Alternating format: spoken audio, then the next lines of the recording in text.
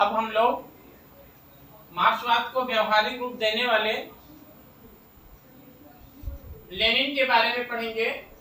Lenin का जन्म 1870 ईस्वी में रूस में हुआ था। मार्क्सवाद को व्यवहारिक रूप देने का श्रेय लेनिन को है। 1917 की रूसी क्रांति का नेतृत्व लेनिन के द्वारा ही किया गया था। 1917 की रूसी क्रांति प्रथम साम्यवादी क्रांति थी और इसे बोल्शेविक क्रांति के नाम से भी जाना जाता है। लेनिनवाद के बारे में थोड़ी सी बात जानना बहुत आवश्यक है कि रूसी परिस्थितियों के अनुसार मार्क्सवाद की लेनिन द्वारा व्याख्या ही लेनिनवाद है। रूसी परिस्थितियों के अनुसार मार्क्सवाद की व्याख्या की लेनिन द्वारा व्याख्या ही लेनिनवाद है। लेनिन की मुख्य रचनाएं इस प्रकार हैं। जो सबसे महत्वपूर्ण रचनाओं में एक है वह है imperialism is the highest stage of capitalism.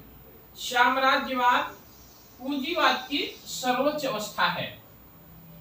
दूसरी पुस्तक है स्टेट एंड रिवॉल्यूशन, राज्य और क्रांति। तीसरी प्रसिद्ध पुस्तक है what is to be done, अब हमें क्या करना चाहिए।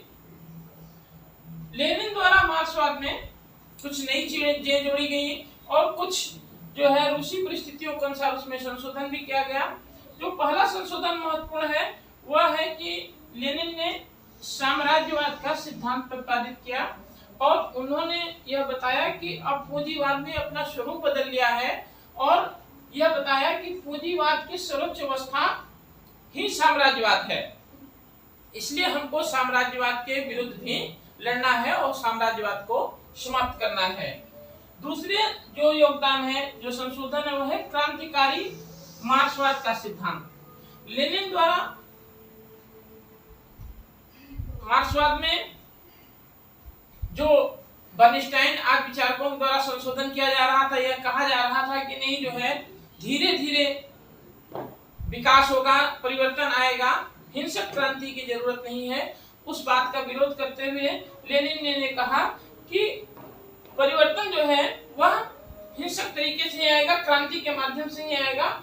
और लेनिन ने मार्क्सवाद में किए जा रहे सभी प्रकार के संशोधनों का, सुधारों का विरोध करते हुए यह कहा कि नहीं जो है क्रांतिकारी मार्क्सवाद ही सही है, क्रांति के माध्यम से ही समाज में परिवर्तन आएगा। क्रांतिकारी मार्क्सवाद का प्रतिपादन करते हुए लेनिन ने मुख्य रूप से 3 बातों पर बल दिया है।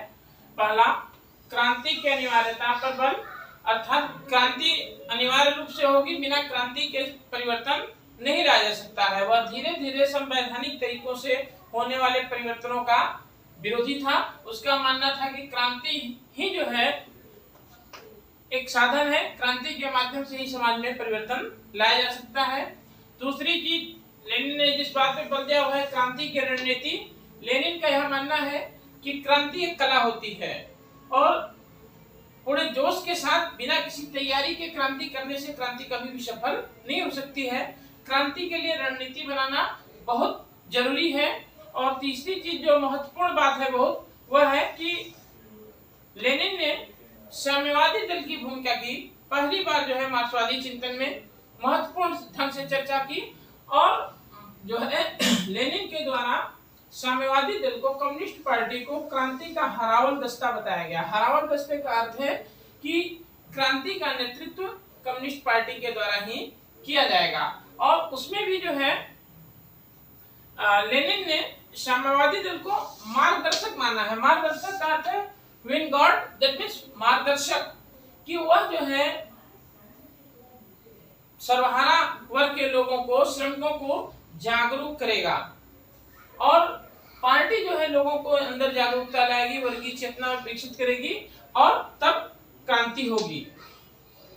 मार्क्स के सर्वहारा वर्ग के नायकत्व के स्थान पर लेनिन ने साम्यवादी दल के नायकत्व की बात कही है। मार्क्स ने कहा था कि पूंजीवादी व्यवस्था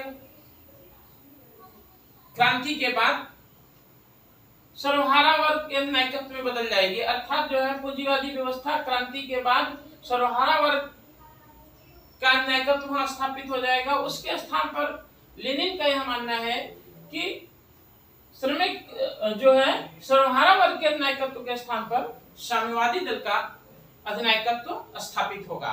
धन्यवाद।